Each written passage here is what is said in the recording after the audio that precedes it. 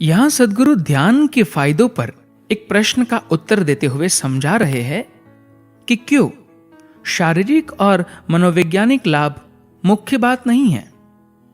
वे तो केवल वास्तविक लाभ के साइड इफेक्ट्स हैं।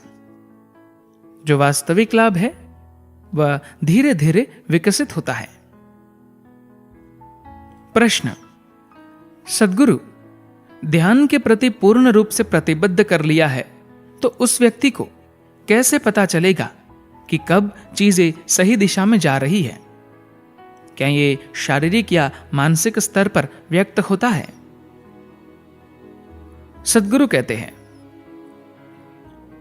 शारीरिक बदलाव शायद हमेशा ज्यादा स्पष्ट रूप में दिखता है। ध्यान से कई शारीरिक और मानसिक बदलाव आते हैं तथा दूसरे कई अन्य बदलाव आते जो शारीरिक और मानसिक अभिव्यक्तियों से परे है। इन सब बातों पर प्रश्न उठाए जा सकते हैं, पर किसके द्वारा? उन्हीं लोगों के द्वारा जो सिर्फ शारीरिक और मानसिक स्तर की बातें ही समझते हैं। वे लोग जो मशीनों पर ज्यादा विश्वास रखते हैं, जो ये सोचते हैं कि मशीनों को बनाने वाले मनुष्यों की तुलना में मशीनें ज्यादा भरोसेमंद हैं। उस तरह के लोग हमेशा ऐसे सवाल उठाते रहते हैं। कई वर्षों पहले की एक बात मैं आपको बताना चाहूंगा। मैं एक जगह गया था जहां योग और योगियों पर सभी प्रकार के प्रयोग किए जा रहे थे। उन्हें लगा कि प्रयोग करने के लिए मैं एक अच्छा साधन था। किसी ऐसे जानवर जैसा जिस पर आमतौर पर प्रयोग किए जाते हैं। सामान्य रूप से मैं अपने आप को ऐसी बेहूदगियों में नहीं फंसने देता, पर उस समय मुझे उनके लिए कुछ करना था, इसलिए मैं तैयार हो गया। उन्होंने मुझे बताया कि वे मेरे दिमाग में गामा तरंगों पर परीक्षण करना चाहते हैं। मुझे मालूम भी नहीं था कि मेरे दिमाग में ऐसी तरंगें भी थी। मेरे शरीर के अलग अलग भागों पर, खास तौर पर सिर के भाग में 14 इलेक्ट्रोड्स लगाए और फिर मुझे बोला, अब आप ध्यान कीजिए। मैंने कहा, मैं कोई ध्यान नहीं जानता। वे बोले, नहीं नहीं, आप तो हर किसी को ध्यान सिखाते हैं। मैंने जवाब दिया, मैं लोगों को ध्यान सिखाता हूं क्योंकि वे एक स्थान पर स्थिर नहीं बैठ पाते, तो उन्हें बैठाए रखने के लिए मुझे उनको कुछ सिखाना पड़ता है। तो वे बोले, ठीक है, तो बताइए आप क्या कर सकते हैं? मैंने कहा, अगर आप कहे तो मैं बस स्थिर बैठा रहूंगा। तब उन्होंने कहा, ठीक है, वैसा ही कीजिए। तो मैं बैठ गया। लगभग 15 से 20 मिनट बाद मुझे ऐसा लगा जैसे कोई मेरे घुटनों पर धातु की किसी चीज से मार रहा था। फिर उन्होंने मेरी कोहनियों और टखनों पर मारना शुरू किया। सभी ऐसी जगहों पर जहां सबसे ज्यादा दर्द होता है। मैं नहीं जानता था कि उन्हें मेरे जोड़ों में क्या रुचि थी। यह लगातार होता रहा और फिर उन्होंने मेरी पीठ पर मारना शुरू किया। मेरी रीढ़ अत्यधिक संवेदनशील है और जब वे मेरी पीठ पर मारने लगे तो मुझे लगा कि अब मुझे उनको बता देना चाहिए। अगर वे मुझे बाहर लाना चाहते थे तो उनके बाहर आ जाइए कहने से मैं 1 मिनट का समय लेकर बाहर आ जाता। यह सब करने की क्या जरूरत थी? जब मैंने आंखें खोली तो वे सब मेरी ओर अजीब नजरों से देख रहे थे। क्या मैंने कुछ गलत किया? मैंने पूछा। वे बोले, नहीं, पर हमारी मशीन के अनुसार तो आप मर चुके हैं। मैंने कहा, अच्छा, यह तो बहुत जबरदस्त निदान है। फिर उन्होंने एक दूसरे से विचार विमर्श किया और कहा, या तो आप मर चुके हैं या आपका दिमाग मर चुका है। मैं बोला, यह आपका दूसरा निदान बहुत अपमानजनक है। मैं पहली बात स्वीकार कर लूंगा, आपको जो कहना हो कहिए, लेकिन मैं जिंदा हूं, इसलिए आपके कहने से फर्क नहीं पड़ेगा।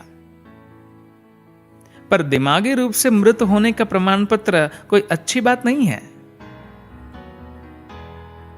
शारीरिक रूप से और मानसिक रूप से आपकी ये बढ़ी हुई योग्यता लोगों की भीड़ में भी आपको अलग खड़ा कर देगी, अगर आप क्रियाएं पर्याप्त रूप से करें।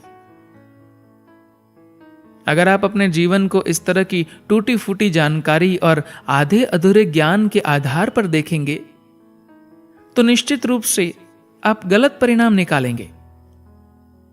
लेकिन फिर भी ये महत्वपूर्ण है, क्योंकि दुनिया आजकल ऐसे ही चलती है। चूंकि मैं अपने आप पर ऐसे परीक्षण फिर से नहीं कराना चाहता था, तो मैंने अपने कुछ साधकों से उनके दिमाग का परीक्षण कराने को कहा। देश के एक प्रसिद्ध संस्थान में परीक्षण किए गए और उन परीक्षकों को क्या पता चला, ये कि इन साधकों के दाएं और बाएं दिमाग के बीच एक अद्भुत समन्वय, एक तालमेल है। उन परीक्षकों ने कहा, हमने आज तक कभी ऐसा नहीं देखा था, और ये उन साधकों की स्थिति थी जिन्होंने ये क्रिया बस 3 महीने या उससे थोड़े ही ज्यादा समय तक की थी। जीवन के संदर्भ में इसका अर्थ ये होता है कि अपने 5 ज्ञानेंद्रियों से आपको जो भी जानकारी मिलती है वो सामान्य रूप से बाएं दिमाग में होती है। जो भी जानकारी आपके शरीर के बाकी भागों से मिलती है, जो तार्किक नहीं होती, जो छोटे छोटे टुकड़ों में नहीं होती, बट जिसमें एक रूपता होती है और जो आपके जीवन के लिए अत्यंत आवश्यक होती है, वो आपके दाएं दिमाग में होती है। जो तार्किक काम नहीं करता, आप शायद इसके प्रति जागरूक न हो, पर आप हमेशा इन सूचनाओं का उपयोग करते रहते हैं, वरना आप यहां हो ही नहीं सकते। जब तक आपके बाएं और दाएं दिमाग के बीच सक्रिय तालमेल नहीं होता, तब तक आप ये सूचनाएं होशपूर्वक प्राप्त नहीं कर सकते। जागरूकता के साथ अपने अंदर जीवन के उस भाग तक पहुंच पाना, उस जानकारी और ज्ञान तक सचेत होकर पहुंचने से आप ऐसी ऊंचाई को छू सकते हैं जिसकी आपने कल्पना भी नहीं की है। अब तक आप अपने जीवन में जो काम बहुत मेहनत से कर पा रहे थे, वो अब बस ऐसे ही कर सकेंगे। कितने ही लोगों के लिए उनके जीवन में ध्यान का प्रभाव उनके कार्य में तथा उनके जीवन जीने के ढंग में दिखता है। मैं कहूंगा कि आप अगर एक खास तरह की गतिविधि करते हैं, जैसे कि आजकल के सॉफ्टवेयर इंजीनियर जो काम 30 दिन में करते हैं, क्रिया शुरू करने के 6 महीनों के अंदर वे उसी काम को एकदम सहजता से, बिना कोई खास प्रयत्न किए, बहुत ही कम समय में कर सकेंगे। हाँ, अगर वे अपने काम को कॉन्ट्रैक्ट के हिसाब से खींचना चाहते हैं तो यह उनका मामला है, उससे मुझे कुछ लेना देना नहीं है। दुनिया में काम करने की आपकी योग्यता जबरदस्त रूप से बेहतर हो जाती है, लगभग सुपर मानव जैसी हो जाती है। शारीरिक रूप से और मानसिक रूप से आपकी ये बढ़ी हुई योग्यता लोगों की भीड़ में भी आपको अलग खड़ा कर देगी। अगर आप क्रियाएं पर्याप्त रूप से करें, यदि स्वास्थ्य की दृष्टि से देखें, तो कितने ही चिकित्सकीय संशोधन आज आपको ये बताते हैं कि यह ध्यान आपके लिए जादुई चीजें करता है। शारीरिक लाभ, स्वास्थ्य संबंधी लाभ, मानसिक क्षमताएं बढ़ना, जीवन को सुगमता से चला पाना आदि ये सभी मुख्य लाभ नहीं है। जो असली चीज है वो धीरे धीरे विकसित होती है। उसे आप तभी जानेंगे जब वो खिल जाएगी। तब तक आपको लगेगा कि कुछ भी नहीं हो रहा।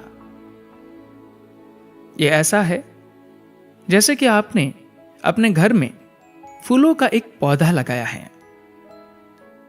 जैसे जैसे वो बढ़ता है, आपको बस पत्तियां आती हुई दिखती है, फूल नहीं।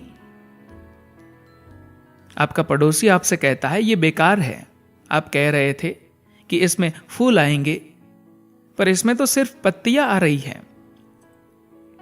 बेहतर होगा कि इसे काट डालो और जलाने के काम में ले लो। आपने कहा, हो सकता है कल सुबह कुछ हो जाए। फिर अगली सुबह कुछ नहीं होता। आप और प्रतीक्षा करते हैं। अगले दिन, फिर एक और दिन, धीरे धीरे पूरा साल निकल जाता है, और कई साल। अगर आपको यह पता न होता कि इस पेड़ में फूल आने में कितना समय लगेगा, तो आपने इसे अब तक सैकड़ों बार कटवा दिया होता।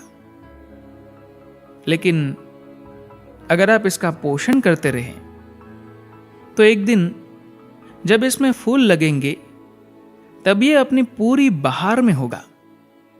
तभी आप समझेंगे कि इस पेड़ में पत्तियां महत्व की नहीं थी, इसकी छाया का भी कोई खास महत्व नहीं था, इसका ऑक्सीजन देना भी उतनी महत्व की बात न थी।